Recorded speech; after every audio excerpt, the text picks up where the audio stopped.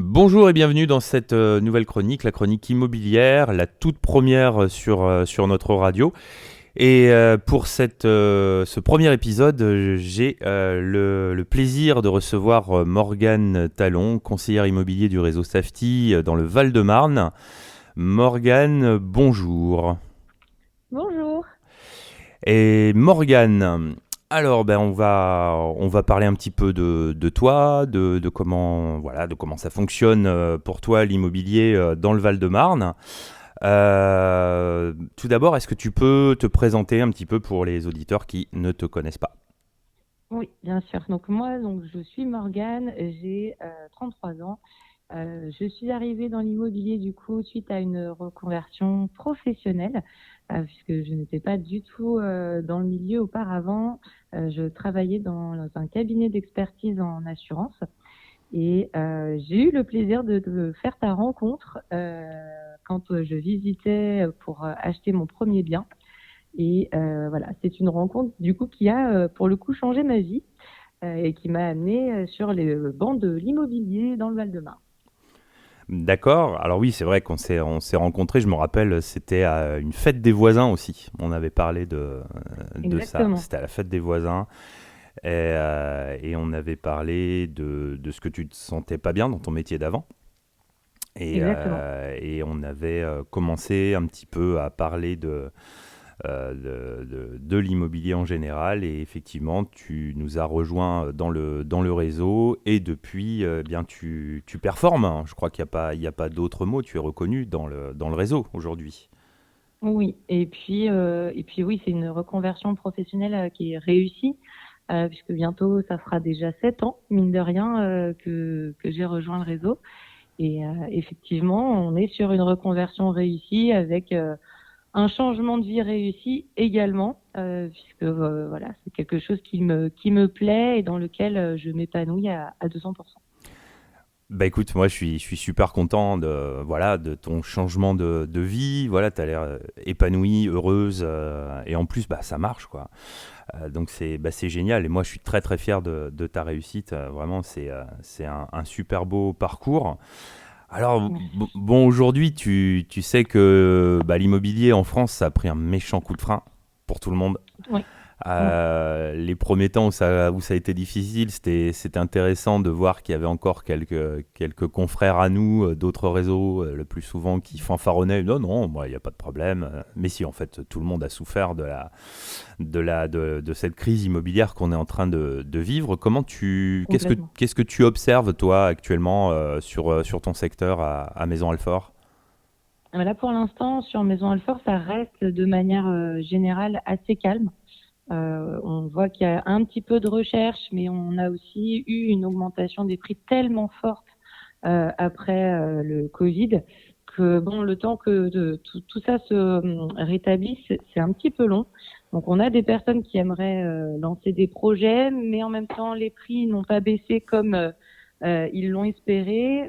Du coup, on a vraiment un écart entre ce qui est sur le marché et la demande réelle de nos acheteurs à cause de l'augmentation des taux. Donc on est vraiment pour l'instant dans un entre-deux. Je pense qu'au fur et à mesure, on arrivera à rééquilibrer un petit peu tout ça. Une fois que les vendeurs auront bien saisi que le marché ne sera plus celui d'avant, mais bien un marché plus posé et plus équivalent à l'avant-Covid, on arrivera de nouveau à avoir des transactions qui se feront de manière plus fluide, d'autant plus que bon, on aura quand même un petit coup de pouce de la part des établissements bancaires. Alors, ce sera pas non plus extraordinaire, mais ça permettra de rallier un petit peu les deux côtés et d'avancer. Bah oui, ici c'est un petit peu ce qu'on observe aussi. Alors la baisse des prix, hein, elle a quand même bien commencé, hein. Je crois que là, pour les auditeurs locaux qui nous écoutent, je crois que sur la commune de Lautrec, on a pris moins 45% entre 2022 et 2023. Ouais. Bon, évidemment, il y a moins de biens, hein, proportionnellement que chez toi dans le Val-de-Marne. Oui, Mais, oui, oui. mais c'est vrai que on a eu une période où les biens s'accumulaient puisque ils ne se vendaient pas, donc il y avait de plus en plus de biens qui arrivaient sur le marché sans pour autant qu'ils se vendent. Mm. Et et forcément, bah, derrière, avec des acquéreurs de moins en moins nombreux parce que de moins en moins éligibles au crédit, comme tu l'as souligné, hein, les banques n'ont pas toujours joué le jeu ces derniers temps. Complètement. Bah forcément, moins de demandes et plus d'offres. Donc, bah, c'est la recette idéale pour que les prix baissent. Maintenant, cela dépend effectivement des propriétaires. Et les propriétaires ont un peu de mal à réaliser. Donc, seuls C'est ça. les biens qui ne nécessitent pas, enfin, seuls les acquéreurs qui n'avaient pas besoin de crédit, hein, c'est-à-dire les investisseurs pour les petits biens, ou alors les gens qui avaient suffisamment d'argent pour acheter les biens au comptant. Alors c'était souvent même des grosses propriétés, hein, c'est ça qui partait, hein. Oui, Et, euh, et, euh, et aujourd'hui, bah oui, les autres propriétaires qui n'avaient pas encore réalisé qu'il fallait baisser le prix, bah, n'avaient toujours pas vendu. Et donc, bah, tout à fait. ils commencent quand même à le réaliser, puisqu'il y a des projets de plus en plus pressés, des projets de vente de plus en plus pressés. Et il y en a qui ont dû baisser leur prix, voire même brader leur prix par rapport à ce qu'ils avaient prévu initialement, pour pouvoir arriver à vendre. Oui. Bah écoute, oui, effectivement, hein, je suis assez d'accord avec ton analyse, et c'est ce qu'on observe ici, nous, dans le Tarn, hein. Mm. Alors, je vais te demander quelque chose. Bon, on a Mhm. tous des anecdotes de boulot. Nous, ça fait quelques années qu'on travaille plus ensemble, puisqu'on on vit pas, on ne vit plus au même endroit. Oui. Euh, Maintenant, est-ce que tu pourrais raconter aux auditeurs une anecdote, quelque chose qui t'a un peu marqué dans ton métier, quelque chose voilà, qui est drôle, pas drôle, enfin ce que tu veux, quoi. L'anecdote la plus cocasse de ta carrière chez Safety. Alors, en réalité, il n'y en a pas une, mais il y en a deux qui se sont beaucoup ressemblés, comme quoi on est toujours surpris par l'attitude des gens. Mais quand on organise des visites, on prévient toujours, en tout cas moi, je préviens toujours à l'avance les propriétaires pour que l'appartement soit rangé, pour qu'il n'y ait rien qui traîne et être sûr que voilà, tout est bon pour faire mes visites tranquillement. Ce jour-là, je me suis dit, ça s'explique pas, mais on se dit, je vais peut-être aller voir avant quand même, par sécurité. On ne sait jamais si la personne n'a pas bien rangé ou s'il y a quelque chose qui ne va pas. Et quand je suis arrivée en fait dans l'appartement, bah, la personne, bon, n'avait effectivement rien rangé, mais le plus sympa, c'est qu'elle m'avait laissé tout son linge au milieu de la pièce en train de sécher, mais c'était pas des draps, hein. J'étais sur une tournée de linge de sous-vêtements. Donc comment dire que bon, pour une visite, c'est pas, ça met pas à l'aise quand même. Donc on a été obligé avec mon collègue de tout ranger et donc de ranger les petites culottes de madame. Oui, Voilà, c'était génial. Ouais, une visite qui avait du slip, quoi, en fait. c'est ça, c'est un peu ça. C'est, ouais, ouais, bah oui, j'imagine que c'est cocasse, ouais, ouais, oui, quand tu arrives là, oui, ça met un peu, ça met un peu mal à l'aise, oui. Ça me met un peu mal à l'aise et ça m'est arrivé il y a à peu près un mois quand j'ai rejoint ma filleule sur Paris pour faire une visite dans le 12e. Elle n'était pas arrivée avant. Elle avait prévenu le propriétaire qu'il y avait des visites et on arrive et en fait dans la chambre, bon, il avait passé une très bonne soirée et en fait bah, tous les sous-vêtements étaient autour du lit et on est arrivé pour le coup avec la cliente à ce moment-là la chambre et on se regardait, range, range, mais sans que la cliente voie qu'en fait ça traînait partout autour du lit. Et j'étais là, mais c'est pas possible, les gens. Mais non, ne nous faites pas ça, s'il vous plaît. Oui, oui, Voilà. c'est vrai que des fois, on a quelques surprises, Oui, on a quelques surprises, hein.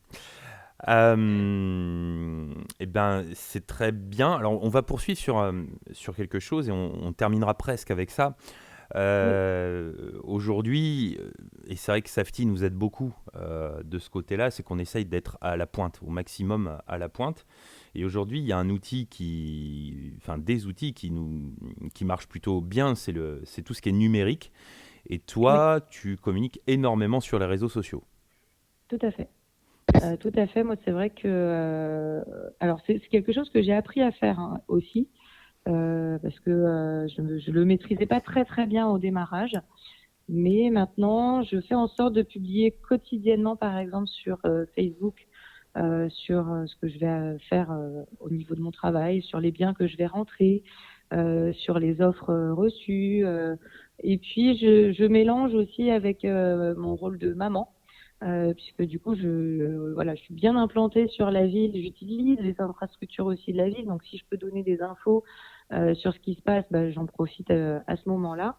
Dernièrement, je me suis mise aussi sur LinkedIn, qui a un fonctionnement un petit peu différent, que j'apprivoise petit à petit.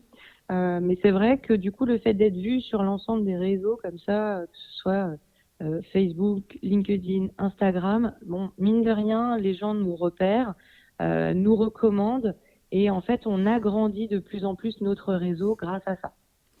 Oui, Là, moi, si je dois prendre un exemple, il y a un groupe sur Facebook lié uniquement à la ville de Maisons-Alfort. Grâce à ce groupe-là et aux recommandations des personnes qui sont dessus, j'ai pu faire plusieurs transactions sur la ville. mais ça c'est très bien. Et puis alors ce que je trouve pas mal du tout, c'est quand tu disais, je mêle aussi mon rôle de conseillère avec mon rôle de maman. Parce Oui, que je trouve que bah, des fois on se forge une idée du professionnel de l'immobilier un peu coincé, un peu très sérieux, très machin, alors qu'en fait faut pas oublier qu'on est des personnes tout à fait classiques et que nous aussi oui, on a une vie privée à côté comme nos clients et je trouve que s'identifier un peu à ses clients et de rappeler aussi qu'on a nos à côté, je veux dire à côté du métier, ça redonne une dimension tout à fait humaine entre les clients et nous, je pense, hein. oui, mais puis ça permet de casser des barrières qu'on se met d'office. Et au final, ça crée un lien de confiance qui est tout de suite plus intéressant et beaucoup plus agréable, en tout cas pour moi. Il n'y a plus ce côté uniquement professionnel client. Il y a aussi le côté, bon, bah, si vous avez besoin pour, pour une crèche, pour une recommandation d'école ou des choses comme ça, on peut aussi en discuter. Et en fait, du coup, les gens sont beaucoup plus à l'aise et on peut parler de tout. Et ça change beaucoup de choses, moi, je trouve. Oui, bien sûr, oui, c'est essentiel. C'est-à-dire qu'effectivement, si on est un peu trop focalisé sur notre mission de professionnel de l'immobilier, c'est vrai que du coup, ça peut fermer des portes et comme tu dis, ça, parler de toutes sortes de choses contribue à instaurer un climat de confiance entre nous, enfin, entre les clients et nous, quoi. Oui, tout à fait. Tout à fait. Et alors, ben, on va finir là-dessus. Comment tu vois l'avenir, toi? C'est pas Alors, évident, comment hein. je vois Non, l'avenir? mais je Non, comprends que la question n'est pas simple. Euh, mais, euh, mais je trouve que si tu as analysé un petit peu comment on a fait cette chronique, hein, on a vu le hmm, passé, on a vu le ouais, présent. oui. Maintenant, le futur. Donc, en gros, Ouais. comment tu vois les choses? Qu'est-ce qui peut se passer en termes de nouveaux moyens pour travailler, en termes de marché? Ça peut être vraiment n'importe quoi. Qu'est-ce qui te vient à l'esprit quand je te parle de l'avenir dans le secteur immobilier? Alors, je pense que déjà, au niveau du marché, forcément, les choses vont se tasser un petit peu. Au niveau établissement bancaire, bon, ils vont forcément lâcher un petit peu plus de lest aussi, puisque bon, mine de rien, c'est important de débloquer une situation économique et le marché immobilier français, on le sait, c'est très important sur ce point-là. Donc forcément, avec des aides supplémentaires, on va petit à petit réussir à rééquilibrer un marché qui a été en souffrance pendant plus d'un an. Donc voilà, je suis assez optimiste par rapport à ça.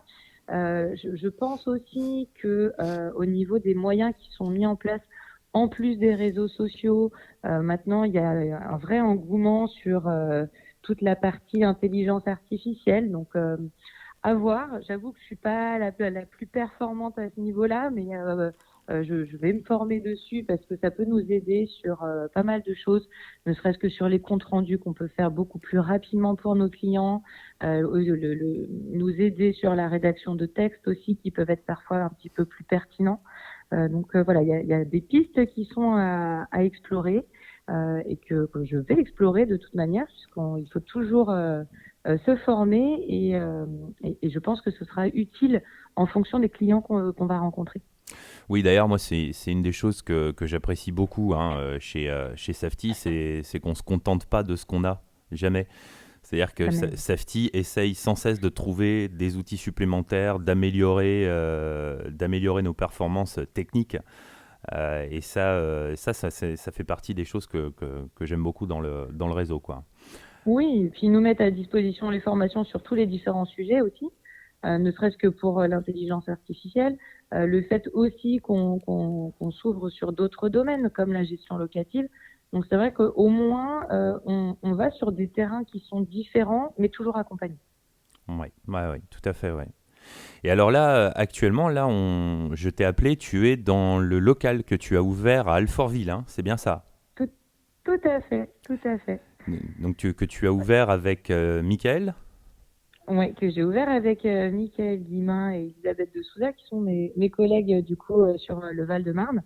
Donc on a été absolument ravis de pouvoir ouvrir le premier local en Île-de-France, Local Safety, qui est un espace donc de coworking pour qu'on puisse travailler tous ensemble et éviter de se dire qu'on est bien que chez nous. Au contraire, quand il y a des moments de moins bien, des moments de formation entre nous aussi, d'échange, ben, on peut se retrouver là et profiter de travailler tous ensemble. Parce que souvent, on se dit indépendant est égal à seul, mais en fait, pas du tout. Et du coup, là, on a mis ce local à disposition pour éviter les coups de blues. Bah ouais, mais ça c'est très très bien. Et encore une fois, ça aussi, hein, c'est Safety qui nous permet maintenant de faire ça, hein, c'est-à-dire d'ouvrir des locaux dédiés. Et alors aujourd'hui, ça fait quelques mois hein, déjà que tu as ouvert avec Michael ce local. Est-ce que tu as... Oui, et Linda, hein, c'est ça? Elisabeth. Elisabeth. Elisabeth, oui. Mais oui, je suis parti avant qu'elle arrive. Alors du coup, oui, c'est vrai, je la C'est ça. connais moins. Mais alors, depuis que vous avez ouvert ce local, vous avez déjà eu des retombées intéressantes grâce à ce local? Mais il y a déjà une personne qui a été recrutée aussi grâce à ce local qui vient de démarrer.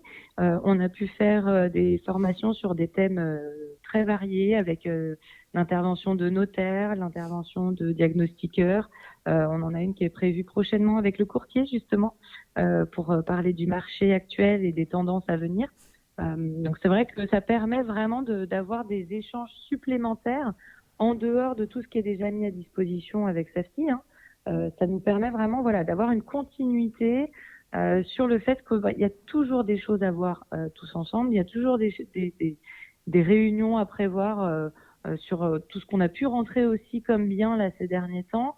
Bah, ça permet d'être toujours à la page et de se dire « Ah oui, je peux rebondir sur tel et tel sujet ». Et voilà, j'ai du travail. Je ne suis pas tout seul, je traverse cette crise, mais accompagné. Oui, bah c'est ce qu'il faut faire, hein. Je pense que c'est vrai qu'on on dit souvent tout seul on va plus vite, mais ensemble on va plus loin. On va plus loin, complètement. Bien Morgane, je te remercie. Je te remercie de nous avoir accordé ce temps-là. J'espère que nos auditeurs auront appris pas mal de petites choses. Avec plaisir. Et puis j'espère que tu reviendras nous voir bientôt. Ben oui, avec grand plaisir. Et je crois d'ailleurs il est prévu que tu viennes en pays Mondragonais cet été. Dans pas très longtemps, exactement. Hein, On voilà. viendra prendre la température. Oui, oui, oui, mais tu vas voir, ici en Occitanie, il pleut moins. Enfin, ces derniers temps, on a eu pas mal de pluie, mais en général, quand la période chaude arrive, tu verras, c'est beaucoup plus sympathique. Voilà, encore merci à Eh bien, toi et puis merci je te dis beaucoup. à très bientôt. À très bientôt. Merci. Au revoir. Au revoir.